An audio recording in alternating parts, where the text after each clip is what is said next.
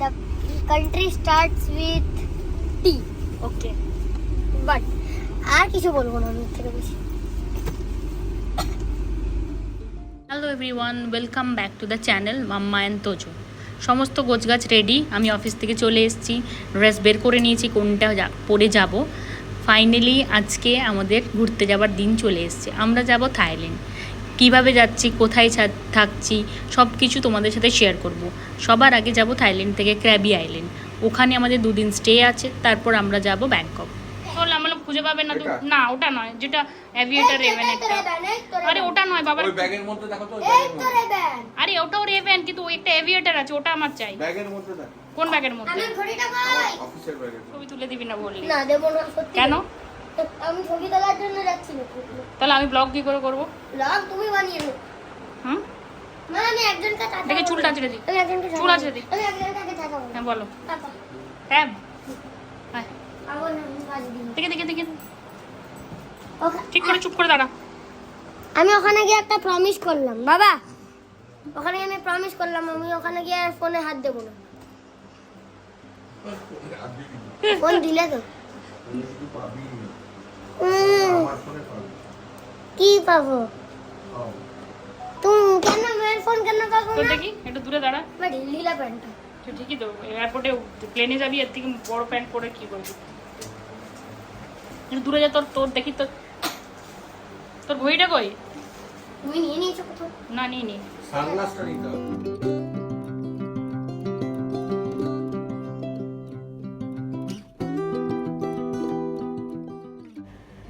Ready হয়ে নিচে এখন তোজো বসে খেলা দেখছে, ডিনার করে নিচ্ছে। আমাদের ফ্লাইট রাত্রি 2:20-তে, এখন বাজে ঘড়িতে সবে 9:30। আমরা 10টার সময় বেরোবো। রাত্রে 2:20 ফ্লাইট, কিন্তু এয়ারপোর্টে যেতে সময় লাগবে। আর ইন্টারন্যাশনাল ফ্লাইটে 3 ঘন্টা আগে মিনিমাম বোর্ডিংয়ের নিয়ম, সেই জন্য আমরা রেডি হয়ে গেছি। এই হচ্ছে আমার আউটফিট, আমি যেটা পরে যাব। ঘামছি দেখো, রীতিমতো ফ্যান চলছে। খাবার দিয়েছে, লাইট ফাইট অফ করে দিয়েছে।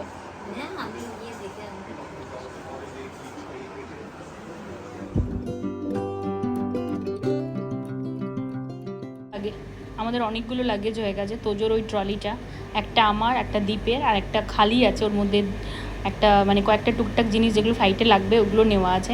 এতগুলো নেওয়ার কারণ হচ্ছে খালি বেশি একটা ভারী হয়ে গেলে মুশকিল, 20 কিলোর বেশি হয়ে গেলে হবে না। আর তাছাড়াও একটাতে খুব ভারী হয়ে গেলে পরে যেখানে ওঠাতে হয় খুব অসুবিধা হয়, সেই জন্য আমরা আলাদা আলাদা করে নিয়েছি। তোজো ঠাকুর প্রণাম করে নেবে এখন। আমি বললাম ঠাকুর প্রণাম করে নাও, ওপর থেকে এসছে ঠাকুর প্রণাম করেনি। এখন ওর দাদু ঠাম্মি সবাইকে বাই বলে প্রণাম করে আমরা বেরিয়ে পড়বো।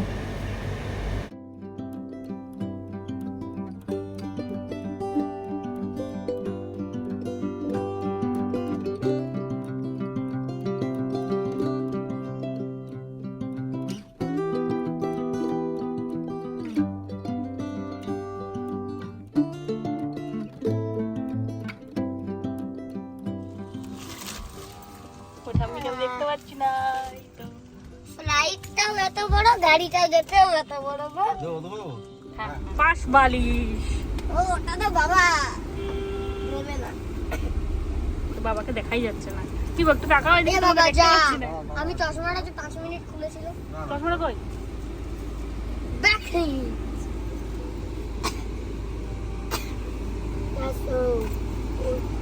কি দেখছিস, জিনিসগুলো নিয়েছো কিনা? পেশাব রিপোর্ট দেখছে সব আছে কিনা। আমাদের পাসপোর্ট গুলো না, ওখানে তোমারটা রাখলে আমাদের তো আলাদা রাখলাম না।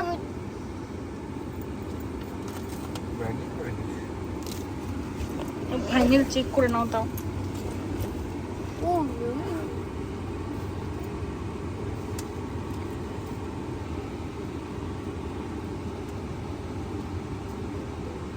ছোট্ট একটা পাউচে। এই ছোট পাউচটাকে ফেলে এলে তুমি? এই বাজে কথা বলিস না। লাগেছি উপরে দেখে এলাম আমি বাবার লাইটারটা আনতে গিয়ে। গ্রে রঙের একটা পিচ পিচ টাইপের পাউচ, আমাদের স্ট্রাইপ ম্যাচে। না না, আচ্ছা আচ্ছা। এই ব্যাগেই তো রেখেছিল।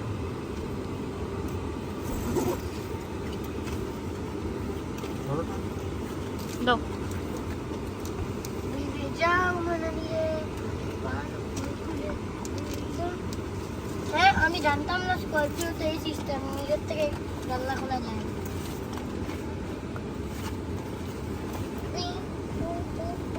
আচ্ছা আছে, দেখে না একবার চেক করে নাও ভালো করে। ঠিক আছে, সামনের দিকে রাখো। নিস্টান তোমার এই ফোনটা আর সানগ্লাসটা আমার ব্যাগে দিয়ে দাও না।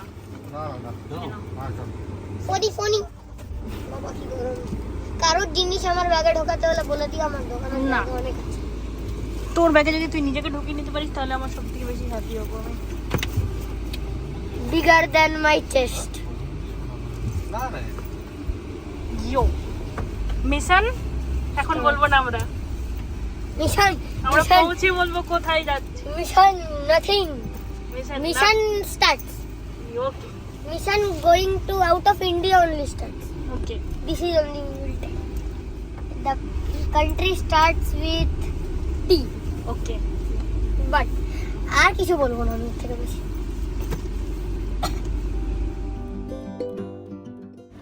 রাস্তাঘাট মোটামুটি ফাঁকা আছে, আমরা ঠিকঠাক টাইমে পৌঁছে যাব আর আশা করি এয়ারপোর্টে ভিড় থাকবে না।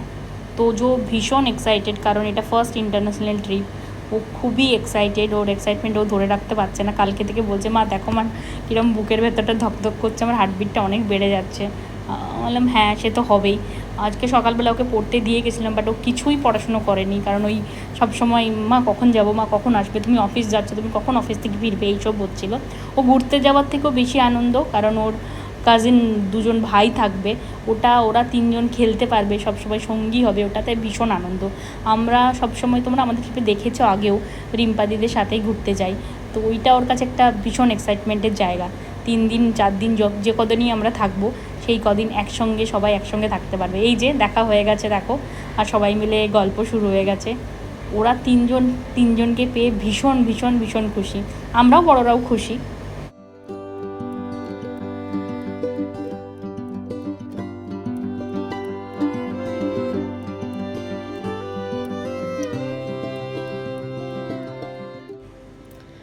এই ভিডিওটা আমি চেষ্টা করবো একটু ইনফরমেটিভ বানানোর। আমি এটা একটা পুরো সিরিজ বানাবো, লাস্টে তোমাদেরকে গিয়ে আমি বলে দেবো আমাদের কত কী খরচা হয়েছে, আমরা কোথায় ছিলাম, কিভাবে গেছি, কোন হোটেলে কীরকম খরচা হয়েছে, বা ফ্লাইটে কত টাকা লেগেছে, কোথায় কোথায় তোমরা ঘুরতে পারো, কত সময় লেগেছে, সমস্ত কিছুই আমি ভালো করে ডিটেলসে বলে দেবো। এটা আশা করি যারা প্রথমবার বাইরে যাবে তাদের জন্য হেল্প হবে। এখন দেখো বাচ্চারা কীরকম দৌড়াদৌড়ি করছে। আমাদের লাগেজ সব হয়ে গেছে, আমরা এখন বোর্ডিং পাস নেব। বোর্ডিং পাসের জন্য আমরা লাইনে দাঁড়িয়ে আছি, আর এই বাচ্চা দুটো একদম খেলা করছে।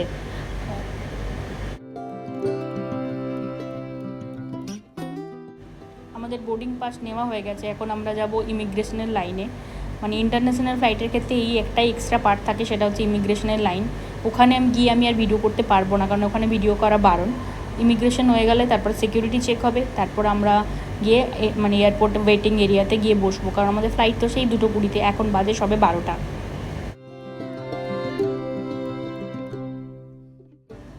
এখন বাজে রাত্রি 1টা, এয়ারপোর্টটা মোটামুটি ফাঁকা, বেশি লোকজন নেই, দোকানপাটও অলমোস্ট বন্ধ হয়ে গেছে। এখন আমরা খাবার খুঁজছি, আমাদের সমস্ত কিছু হয়ে গেছে, আমরা বোর্ডিং পাস পেয়ে গেছি, লাগেজ চলে গেছে, ইমিগ্রেশন হয়ে গেছে, সিকিউরিটি চেক হয়ে গেছে। আমরা খালি খাবারের দোকান খুঁজছি। আশ্চর্যজনকভাবে আমার মনে হলো ইন্টারন্যাশনাল ফ্লাইটের ক্ষেত্রে সিকিউরিটি চেকটা একটু কম কড়াকড়ি, না হলে এত কিছু ব্যাগ দেখে এমনি, মানে ডোমেস্টিক ফ্লাইটে এখন এত বেশি ব্যাগ চেক হয়। এখানে দেখলাম এত বেশি ব্যাগ চেক হলো না, মানে ভেতরে কি আছে না আছে সমস্ত কিছু খুলে দেখে এর আগে, কিন্তু এখানে এতটাও হলো না। আমার দেখে অবাকই লাগলো। খিদে পেলেও বাচ্চাগুলো ডিসাইড করতে পারছে না কোথায় খাবে, কি খাবে। সবাই মিলে ঠিক করছিলাম এইখানে এয়ারপোর্ট লাউঞ্জে গিয়ে বসে আমরা খাবো, কিন্তু তোজো দেখেছে বাইরে বিরিয়ানির একটা ছোট্ট কাউন্টার আছে, তো বায়না করছিল বিরিয়ানি খাবে। ফাইনালি আমরা ডিসাইড করলাম তাহলে আমরা বাইরে থেকেই খাবো, বিরিয়ানি, মোমো, যা ওখানে যে সমস্ত স্টলগুলো ছিল ওখান থেকে খাবার নিয়ে আমরা চলে গেলাম একটা জায়গায় বসে খাওয়ার জন্য। হ্যাঁ নিয়ে আসছি, ওইদিকে যাস না, এখানে বস। যে কাউন্টার থেকে বিরিয়ানি নিয়েছিলাম ওখানে বসার জায়গা ছিল না, ওখানে দাঁড়িয়ে খেতে হবে। তো বাচ্চাগুলো বসতে চাইছিল, সেই জন্য আমরা অন্য একটা জায়গায় রিকোয়েস্ট করলাম যে গিয়ে বসতে পারি। ওটা সাম বেক ক্লাব ছিল, বেক বার এরকম সামথিং একটা কাউন্টার ছিল, ঠিক নামটা মনে পড়ছে না এই মুহূর্তে। তারপরে ভাবলাম ওখান থেকে কিছুই অর্ডার দেবো না, চুপচাপ বসে থাকবো। ওরা যদিও বারণ করেনি, তারপরে ফাইনালি আরও একটা বিরিয়ানি অর্ডার করলাম ওখান থেকে, আর আমরা সবাই মিলে ওটা শেয়ার করে খেলাম। এখন খাওয়া দাওয়ার পরে আমরা সিটিং এরিয়াতে বসে আছি, যখন ফ্লাইট দেবে এবার যাব। মানে বসে বসে রীতিমতো বিরক্তও লাগছিল, অনেকক্ষণ ওয়েট টাইম, কিন্তু বাচ্চাগুলো এত হইচই আনন্দ করছিল, ওটা দেখে বেশ ভালো লাগছিল। ওরা তো একটু চোখে মুখে কোনো বিরক্তি নেই, ক্লান্তি নেই, সারাক্ষণ খালি বক বক, খেলাধুলো, এদিক ওদিক দৌড়ে বেড়াচ্ছে। ওরা এখান থেকেই মজা শুরু করে দিয়েছে। মানে ওদেরকে কোথাও না নিয়ে যাও, তাতেও ওদেরকে যদি একসাথে রেখে দেওয়া হয় ওরা ভীষণ আনন্দ করে। আমরা যাচ্ছি থাই এয়ারওয়েজের ফ্লাইটে। এয়ার এশিয়া ছিল, কিন্তু এয়ার এশিয়াতে আমরা যাচ্ছি না, আমরা থাই এয়ারওয়েজে যাচ্ছি। এখন ফ্লাইটে উঠে পড়েছি, আমাদের যদিও ইকোনমিক ক্লাস, উঠে পড়েছি, এখন বসে আছি। ফ্লাইট এখন ছাড়বে, তার আগে সমস্ত কিছু লাইফ জ্যাকেট সব কিছু দিল। ফ্লাইট ছাড়ার পর এটা আমাদেরকে ডিনারে দিয়েছিল। ডিনার বলবো না, কি বলবো জানি না, রাত্রি 3:30 বাজে।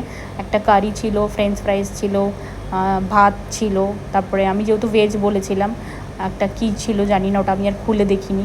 ব্রেড ছিল, বাটার ছিল, ব্রেড মানে একটা বান ছিল, আর এই সুন্দর মিষ্টিটা ছিল, ফ্রুট ছিল, অনেক কিছুই ছিল। ফাইনালি এখন বাজে এখানের টাইম মতো 6টা, আর আমরা পৌঁছে গেছি এয়ারপোর্টে, স্বর্ণভূমি এয়ারপোর্ট সুবর্ণভূমি এয়ারপোর্টটা অনেক বড়, ভীষণ বড়, মানে কলকাতা এয়ারপোর্টের থেকে তো অনেকটাই বড়। এখন আমাদের আবার কানেক্টিং ফ্লাইট আছে, আমরা এখান থেকে যাব ক্র্যাবি। আমাদের হাতের মাত্র 1 ঘন্টা আছে, তো এখন আমরা বুঝতে পারছি না, ওদের ল্যাঙ্গুয়েজটা সব জায়গায় ইংলিশে লেখাও নেই, খালি লেখা আছে কানেক্টিং ফ্লাইট, কিন্তু কোন নাম্বার গেট থেকে কি করে যাব খুঁজে পাচ্ছি না। তো আমরা ধীরে ধীরে কমিউনিকেশন করার চেষ্টা করছিলাম ওদের সাথে, একজন দুজনকে জিজ্ঞেস করে ফাইনালি যেখান থেকে আমাদের কানেক্টিং ফ্লাইটটা পাবো আমরা ওখানে যাচ্ছি।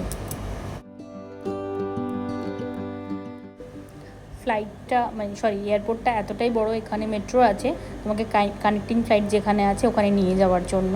যথেষ্ট বড় এয়ারপোর্টটা।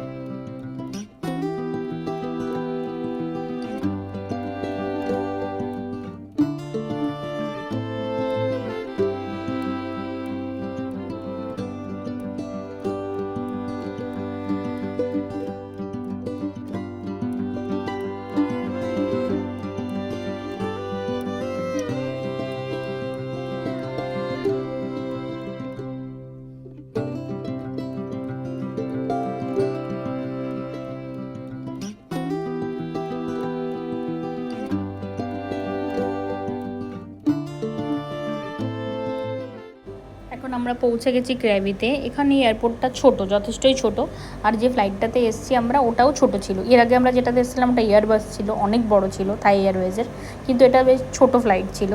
আর এদের সিস্টেমগুলো অনেকটাই ভালো। আমাদেরকে যখন আমরা মানে সিকিউরিটির লাইনে দাঁড়িয়েছিলাম, আমাদের একটা করে স্টিকার দিয়েছিল, ইয়েলো স্টিকার, ব্লু স্টিকার, যাতে আমাদের পরে লাগেজগুলো নিতে সুবিধা হয়। এখন আমরা লাগেজ বেল্টে দাঁড়িয়ে আছি, এখন আমাদের লাগেজ আসবে, সেই জন্য দাঁড়িয়ে আছি। তো ফাইনালি আসতে শুরু করেছে একটা দুটো করে লাগেজ, কিন্তু মুশকিল হলো এখানেই, মানে আমরা যা আশাও করিনি। কিছুক্ষণ লাগেজ আসার পরে বলে দিল নো মোর লাগেজ।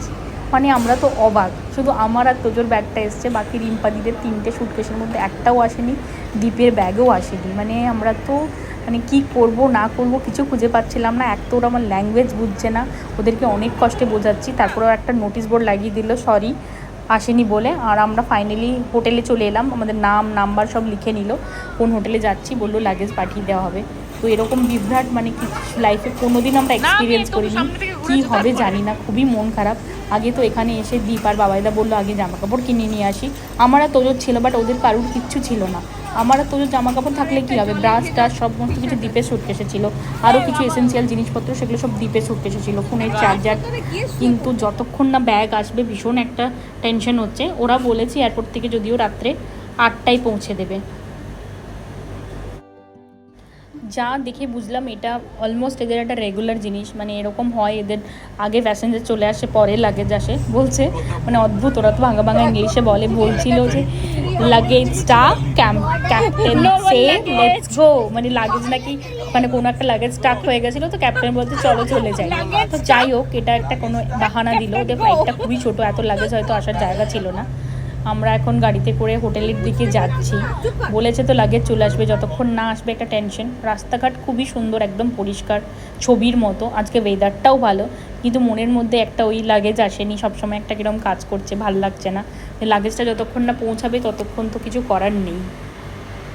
তার মধ্যে দীপ আবার বলছে ওর অফিসের কোনো এক কালিগ নাকি অস্ট্রেলিয়াতে 4-5 দিন বিনা লাগেজে ছিল, এত পরে এসছিল, দেখা যাক আমাদের সাথে কি হয়। যাই হোক, এই হচ্ছে আমাদের হোটেল আভাসি, এটাতে আমরা থাকবো। এটাতে এখন আমরা ক্র্যাবিতে আছি, ক্র্যাবিতে আমাদের আছে 2 নাইটস, তো আমরা 2 রাত থাকবো এখানে, 3 নাইটস, ক্র্যাবিতে আছে আমাদের 3 নাইটস, 3 দিন থাকবো এই হোটেলটাতেই থাকবো।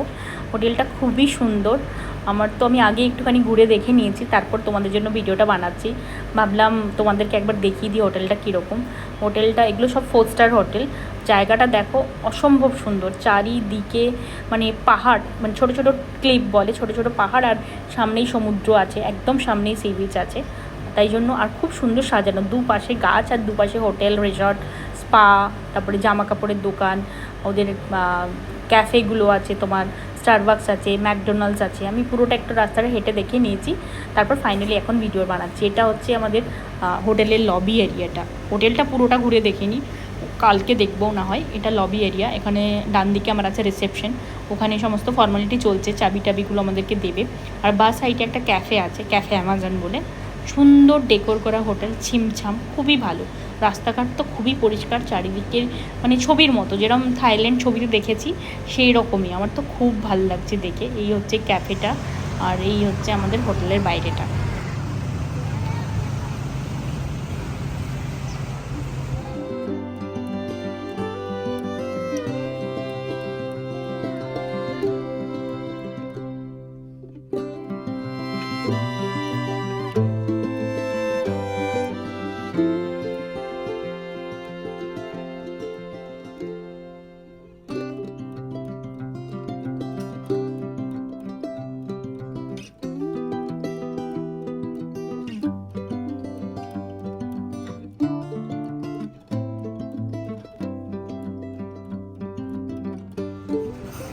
কোন বিল্ডিং? আমরা তো গেলাম না গো, কোন দিকে? আমরা তো সেকেন্ড ফ্লোর 4, 5 কানেক্টিং রুম। হোটেলটা খুব সুন্দর, সুইমিং পুল আছে, দেখো সুইমিং পুলটা পুরো হোটেলটা চারিদিকটা ঘিরে, এখান থেকে শুরু, ওপর থেকে দেখা যাবে, ওপর থেকে দেখবে চারিদিকে হোটেলটা ঘিরে আছে সুইমিং পুলটা, বেশ সুন্দর হোটেলটা। আমার তো ভালোই লেগেছে, প্রথমে ভাবছিলাম কীরকম হবে, কারণ এতদিন ইন্ডিয়াতে যেরকম ঘুরেছি সব কটা ভালো রিসর্টে ছিলাম, তো ভাবছিলাম কীরকম হবে বাইরে গিয়ে। আমি দীপকে বলছিলাম ইস বাইরে গিয়ে কীরকম হোটেল হবে না হবে, তো বলছিল তুমি ইন্টারনেটে দেখো নি কেন, দেখে নিয়েছিলাম, কিন্তু পৌঁছে দেখলাম না, সত্যিই ভীষণ সুন্দর, খুব ভালো জায়গাটা, মানে এতটাও ভালো আমি কল্পনা করিনি যতটা ভালো। আর আমাদের রুম ছিল 2nd ফ্লোরে, তখন আমরা যাচ্ছি 2nd ফ্লোরে, লিফট আছে কিন্তু আমরা সিঁড়ি দিয়ে ভাবলাম উঠে পড়ি তাড়াতাড়ি করে, একটু হাঁটাও হবে ওই জন্য।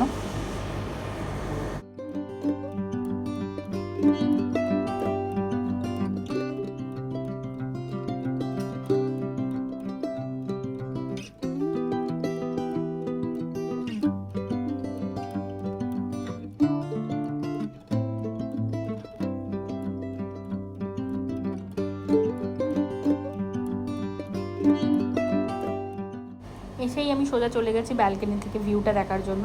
দেখো আকাশটা পুরো একদম নীল, খুব সুন্দর আকাশটা। সামনে এটা পুরোটাই আমরা যে হোটেলটাতে আছি পুরোটাই হোটেলটা, আর আমাদের এই যে নিচে যেটা বললাম পুলটা পুরো চারিদিক দিয়ে আছে, এটা হচ্ছে পুলটা, খুবই সুন্দর। দাঁড়াও ভেতরটাও রুমের দেখাচ্ছি তোমাদেরকে। এখানে বসার জন্য একটা ব্যালকনি মতো করা আছে, আর এটা হচ্ছে ব্যালকনির ভেতর থেকে রুমটা। এই যে এখানে একটা সোফা আছে, ড্রেসিং টেবিল আছে, ফ্রিজ আছে, কাভার্ড আছে, সবই যেরকম হোটেলে থাকে নর্মাল। দ্বীপ এসেই শুয়ে পড়েছে, ওর পাচ্ছে না, বলছে টায়ার্ড প্রচণ্ড, তার মধ্যে লাগেজ আসেনি। ওরা এখনই জামা কাপড় কিনতে যাবে, ওরা বাবাইদা জামা কাপড় না কিনে এলে বাচ্চাগুলো ওর ইম্পাদি কেউ চেঞ্জ করতে পারবে না। ওই জন্য জামা কাপড় কিনতে যাবে এক্ষুনি। আমি তো বলছি একদিক দিয়ে তোমাদের ভালো লাগে যাসিনি, আমি এমনি মজা করে বলছি আমার সুটকেসটা লক হয়ে গেছে, আমি কিছু খুলতে পারছি না, আমার জন্য নতুন জামা কাপড় কিনে নিয়ে আসো, নাহলে আমি কি পরবো। এটা হচ্ছে ওয়াশরুম, ওয়াশরুমটাও ভালো, বেশ খুব একটা বড় নয়, ছোটোর মাঝখানে, বেশ ভালো থাকার জন্য, খুবই ভালো হোটেলটা, 4 স্টার হোটেল।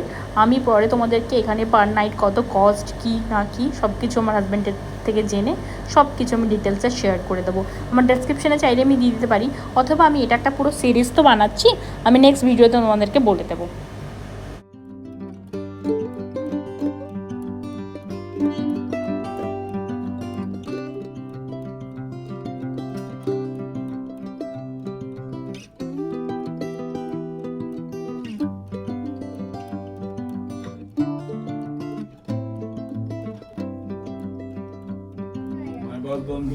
তুমি আইফোন দিয়ে সেলফি তুলতে পারবে?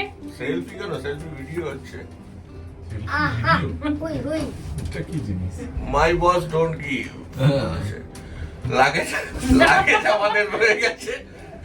আর আমরা চলে ফার্স্ট ফ্লোর না, ফার্স্ট ফ্লোর না, হ্যাঁ ফার্স্ট ফ্লোরে। হ্যাঁ ঠিক আছে, ফার্স্ট ফ্লোরে নেমেছি। দাও দাও দাও। উল্টো দিকে চলে যাও না। এখন আমরা যাচ্ছি লাঞ্চে। আমার তোজো তো বলে রেখেছিল, মানে ইন্ডিয়া থেকেই বলে এসেছিলো মা আমি গিয়ে আগে ম্যাকডিতে খাবো, মানে ওকে ওর বাবা বলছিল তুই বাইরে গিয়ে খেতে পারবি না এই সব খাবার, তো বাবাই ওকে বলে রেখেছিল ওখানে ম্যাকডোনাল্ডস আছে। তো এসে মানে এয়ারপোর্ট থেকে নেমেই বলছে আমি কখন ম্যাকডিতে খাবো, আমি কি ম্যাকডি নিয়ে চলো। তো নেমেই এখন আমরা চলে যাচ্ছি ম্যাকডিতে, ওখান থেকে খেয়ে একটুখানি জায়গাটা এক্সপ্লোর করব, তারপর রুমে ফিরে আসবো। ইতিমধ্যে ওরা শপিং করে চলে এসেছে, যে সমস্ত জামা কাপড় দেখছো সবই এখানে লোকাল থেকে কেনা, আমারটা নয়, আমারটা ছাড়া আর তোজোরটা ছাড়া বাকি সবার জামা কাপড় এখান থেকে কেনা হয়েছে।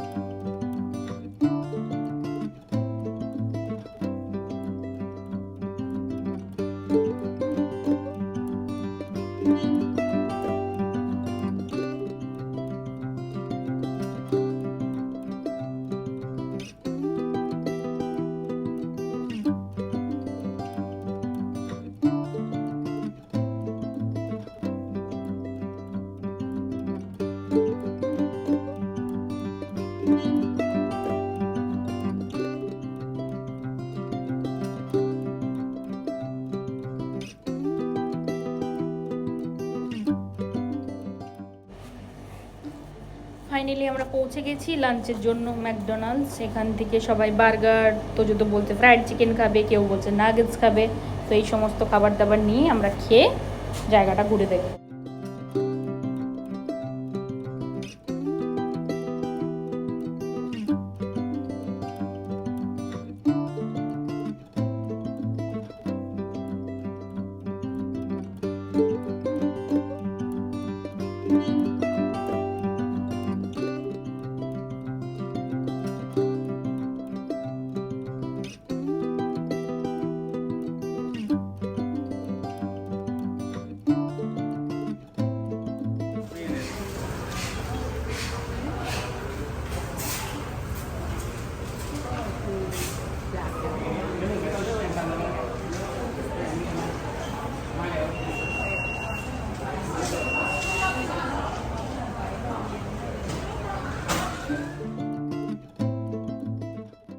আমাদের লাঞ্চ হয়ে গেছে, এখন আমরা যাচ্ছি বিচের দিকে। আমার এই ভিডিওটা অলরেডি অনেকটা বড় হয়ে গেছে, তো নেক্সট ব্লগে আমি তোমাদের সাথে আমাদের ডে ট্যুরটা শেয়ার করব। আজকে আমরা সন্ধ্যে অবধি কী করলাম, কোথায় ডিনার করলাম, কোথায় কোথায় ঘুরলাম, আর কি কি করলাম। বাট এর থেকেও মোস্ট ইম্পর্টেন্টলি যেটা তোমাদের সাথে শেয়ার করব, আদেও কি আমাদের লাগেজগুলো ফিরে এলো, নাকি আমরা এভাবেই কাটাচ্ছি এখনও দিন। প্লিজ তোমরা আমার সাথে থেকো, চ্যানেলটা ভালো লেগে থাকলে সাবস্ক্রাইব করো আর দেখতে থাকো। Thank you for watching, tata.